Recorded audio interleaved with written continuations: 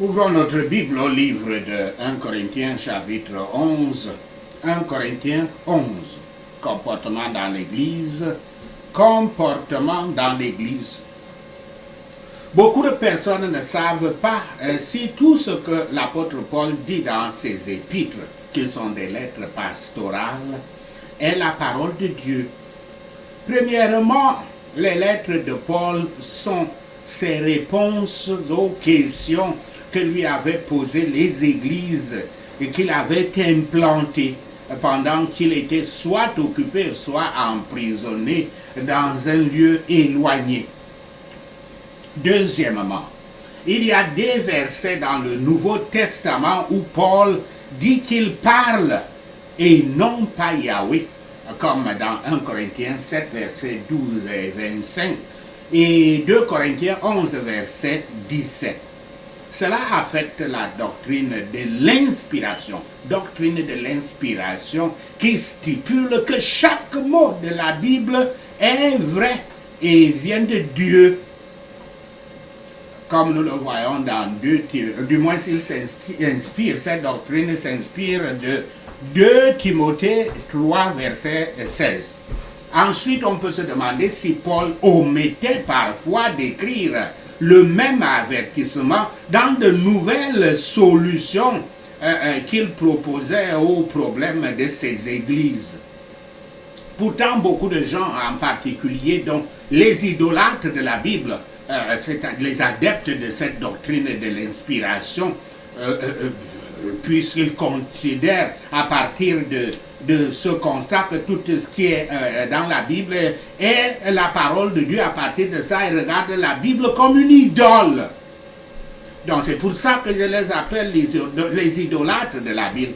Donc beaucoup de gens, dont en particulier eux, ne comprennent pas que les épîtres sont la réponse d'un apôtre aux problèmes spécifiques des églises spécifiques qui lui avaient été soumis. Les solutions de l'apôtre à ces problèmes spécifiques devraient-elles être généralisées à tous les problèmes rencontrés dans toute l'Église à travers le monde?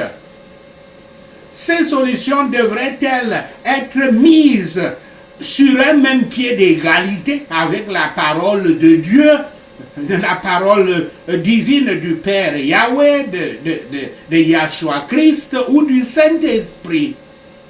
Gardez en esprit que vous pouvez ressentir une telle confusion en lisant 1 Corinthiens 11 et d'autres chapitres des épîtres de Paul et même des épîtres des autres apôtres. 1 Corinthiens 11, versets 1 à 16. Après une exhortation à le suivre, l'apôtre corrige certains abus. Verset 1. Le premier verset de ce chapitre semble bien être proche du dernier du chapitre précédent. L'apôtre n'a pas seulement prêché la doctrine qu'il devrait croire, mais a mené une vie telle qu'il devrait vivre. Pourtant, le Christ étant notre exemple parfait, les actions et la conduite des personnes telles que relatées dans les Écritures ne devraient être suivies que dans la mesure où elles lui ressemblent, où elles ressemblent au Christ. Versets 2 à 16. À l'époque de Paul, il était d'usage pour une femme de porter un voile semblable à un foulard couvrant la tête et suspendu jusqu'au cou. En outre, l'attitude prédominante à l'égard des femmes au premier siècle africain était qu'elles étaient inférieures et subordonnées aux hommes, en particulier à leurs maris. Les femmes juives, par exemple, pouvaient aller à la synagogue, mais elles étaient séparées des hommes. Les femmes grecques n'étaient pas autorisées même à aller à l'école. Ainsi, lorsque les femmes avaient rejoint l'Église du Christ, elles avaient subi une discrimination similaire. Alors que la question de savoir si une femme doit avoir la tête couverte ou une coiffure particulière ne domine pas les conversations dans de nombreuses églises aujourd'hui, c'était une question très sensible pour l'église primitive, l'église du 1er siècle, du 1er, 2e, 3e et 4e siècle. L'église imposerait-elle une discrimination et un statut de deuxième classe à ses membres féminins? Les femmes auraient-elles toutes les mêmes droits que les hommes, y compris la tenue vestimentaire et la coiffure? Ou faudrait-il atteindre un terrain d'entente?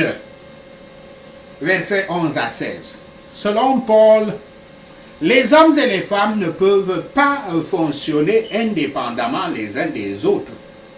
Pour un homme écrivant au 1er siècle, Paul était radicalement progressiste dans ses enseignements. Il fut l'un des premiers défenseurs du rôle des femmes dans la direction de l'Église. Souvenez-vous de Priscille, mais il souhaitait également, non seulement Priscille, mais beaucoup de ces autres femmes qui avaient des églises dans leur maison. Les premières églises commençaient dans leur maison. Mais il souhaitait également s'assurer que les femmes et les hommes se soumettaient à Yahweh et agissaient de manière appropriée. Ici commencent les détails concernant les assemblées publiques, comme nous les voyons aussi dans 1 Corinthiens 14.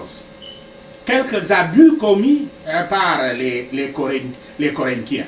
Mais comme le Christ faisait la volonté et cherchait l'honneur de Yahweh, le Père, le chrétien devrait avouer sa soumission au Christ, faisant sa volonté et cherchant sa gloire. Même dans nos habillements et nos habitudes, nous devrions éviter tout ce qui pourrait déshonorer le Christ. La femme était soumise à l'homme pour son aide et son réconfort.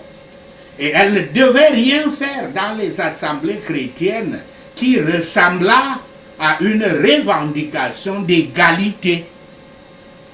Elle devait avoir un pouvoir, c'est-à-dire un voile, pouvoir entre guillemets, c'est-à-dire un voile sur la tête, à cause des anges. Vous connaissez avant le déluge, comment les anges étaient venus sur la terre pour s'accoupler avec les hommes et puis les démons. Ces anges étaient certainement des démons pour apprendre toutes les mauvaises choses de la sorcellerie et toutes les mauvaises choses du diable. On trouve cela dans le livre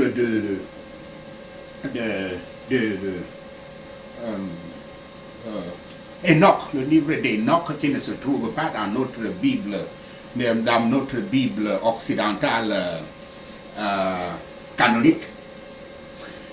Leur présence devrait garder les chrétiens de tout ce qui ne va pas pendant le culte de Yahweh. Présence des femmes. Néanmoins, l'homme et la femme étaient faits l'un pour l'autre. Ils devaient être des réconforts et des bénédictions mutuelles. Pas que l'un est esclave et l'autre est tyran. Yahweh a tellement réglé le problème, tant dans le royaume de la providence que dans celui de la grâce, que l'autorité et la sujétion de chaque partie doivent être mutuellement bénéfiques. C'était l'usage courant des églises, que les femmes apparaissent dans des assemblées publiques et participent au culte public voilées. Et il était juste qu'elles le fassent. Le christianisme sanctionne les coutumes nationales partout où celles-ci sont opposées aux grands principes de vérité et de sainteté. Les singularités touchées ne reçoivent aucun soutien de quoi que ce soit dans la Bible. 1 Corinthiens 11, verset 17 à 22. Les disputes, des divisions et des fêtes désordonnées au souper du Seigneur. Verset 17.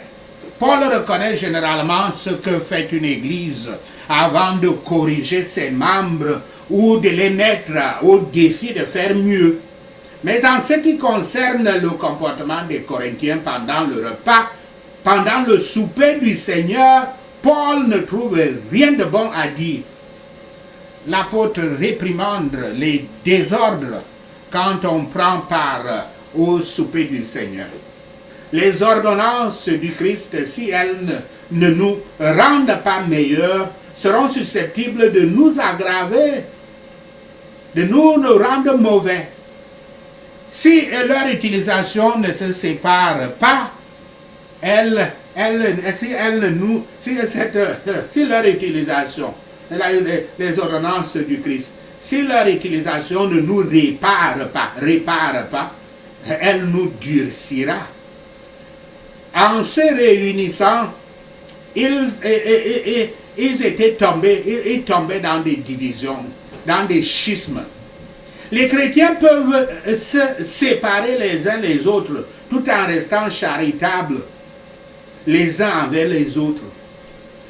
Ils peuvent aussi continuer dans la même communion sans être charitables. Ce dernier cas est appelé le schisme plutôt que le premier. Versets 18 à 22.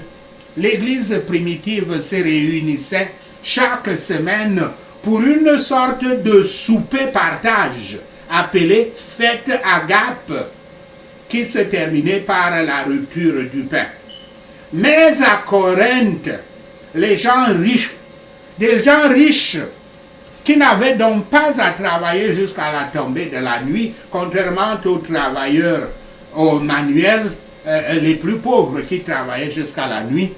Donc les gens riches s'apprêtaient à manger de bonheur, ne laissant que peu, voire rien, à ceux qui en avaient le plus besoin.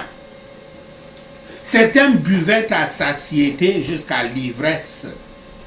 Le repas même qui était censé rapprocher les gens les uns des autres et à Yahweh était devenu un embarras et une source supplémentaire de division.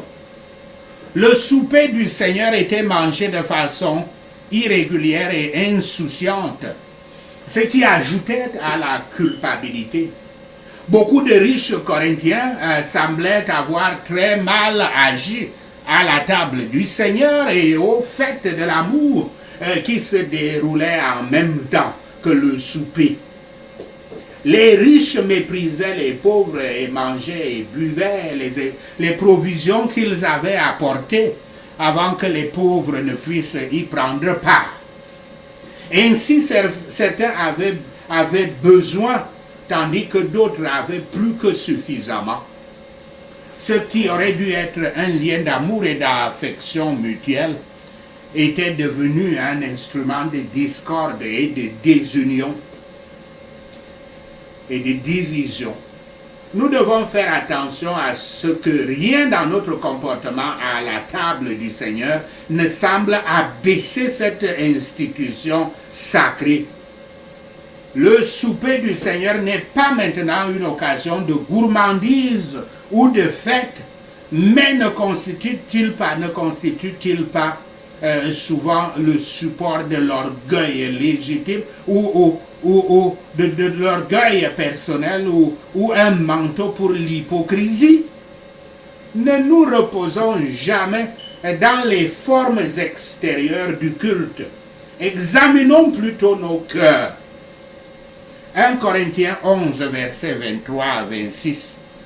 Il leur rappelle la nature et la conception de son institution, l'institution du souper du Seigneur. Versets 23 à 24.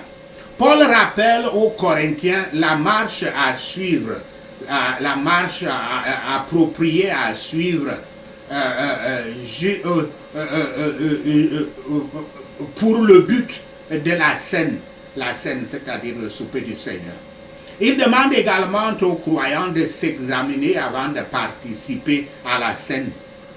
Ils ne devraient pas voir le repas sans voir le corps et le sang de Yahshua. L'apôtre décrit l'ordonnance sacrée dont il avait eu connaissance par révélation du Christ. Quant aux signes visibles, ce sont le pain et le vin. Ce qui est mangé est appelé pain, bien qu'en même temps on dit qu'il est le corps du Seigneur, montrant clairement que l'apôtre ne voulait pas dire que le pain était transformé en chair.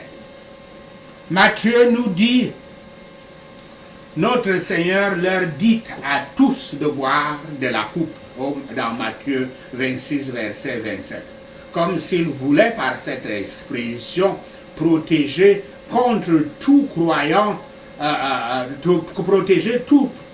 contre la privation de la coupe. Les choses indiquées par ces signes extérieurs sont le corps et le sang du Christ.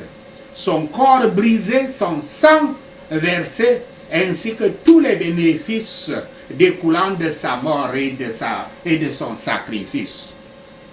Les actions de notre Sauveur consistaient à prendre le pain et le couper, à remercier, à rompre le pain et à donner à l'un et l'autre. Les actions des communiants consistaient à prendre le pain et à manger, à prendre la coupe et à boire, et à faire les deux en souvenir du Christ. 1 Corinthiens 11, verset 27 à 34. Et il dit comment s'y prendre comme il se doit. Donc, et Paul leur dit donc de considérer les autres impliqués. La renaissance spirituelle d'un croyant fait de lui un membre d'une famille spirituelle. Il n'y a pas de temps pour qu'un disciple du Christ soit plus conscient de ce fait que lors du rappel solennel du dîner du Seigneur. Mais les actes extérieurs ne sont pas la totalité ou la majeure partie de ce qui doit être fait dans cette sainte ordonnance. Ceux qui en prennent part doivent le prendre comme leur Seigneur et leur vie, se livrer à lui et vivre sur lui, de lui. Voici un compte rendu des fins de cette ordonnance, le souper du Seigneur. Cela doit être fait en souvenir du Christ, pour garder dans nos pensées sa mort pour nous, ainsi que pour nous souvenir que le Christ plaidait pour nous en vertu de sa mort à la droite de Yahweh. Ce n'est pas simplement en souvenir du Christ, de ce qu'il a fait et souffert, mais célébrer sa grâce dans notre rédemption. Nous déclarons que sa mort est notre vie, la source de tous nos efforts, de tous nos réconforts et de toutes nos espérances. Et nous nous glorifions dans une telle déclaration. Nous montrons sa mort et la plaidons comme notre sacrifice accepté et notre rançon. Le souper du Seigneur n'est pas une ordonnance à observer seulement pour un temps, mais c'est une ordonnance à poursuivre, à continuer. L'apôtre expose aux Corinthiens le danger de le recevoir avec un mauvais état d'esprit ou maintenir l'alliance avec le péché et la mort tout en professant renouveler et confirmer l'alliance avec Yahweh. Nul doute que de telles personnes encourent une grande culpabilité et se soumettent ainsi à des jugements spirituels. Mais les croyants qui craignent Yahweh, ne devraient pas être découragés d'assister à cette sainte ordonnance. Le Saint-Esprit n'a jamais fait en sorte que cette écriture soit écrite pour dissuader les fidèles du Christ à s'acquitter de leurs devoirs, bien que le diable en fait souvent usage. l'apôtre s'adressait aux disciples du Christ et leur recommandait de se méfier des jugements temporels avec lesquels Yahweh réprimandait ses serviteurs offensants. Et au milieu du jugement, Yahweh se souvient de la miséricorde. Il punit plusieurs fois ceux qu'il aime. Mieux vaut supporter des ennuis dans ce monde que d'être misérable pour toujours. L'apôtre souligne le devoir de ceux qui viennent à la table du Seigneur. L'auto-examen est nécessaire pour bien assister à cette sainte ordonnance. Si nous voulons nous examiner nous-mêmes, condamner et corriger ce que nous trouvons mauvais en nous, nous devrions arrêter les jugements divins.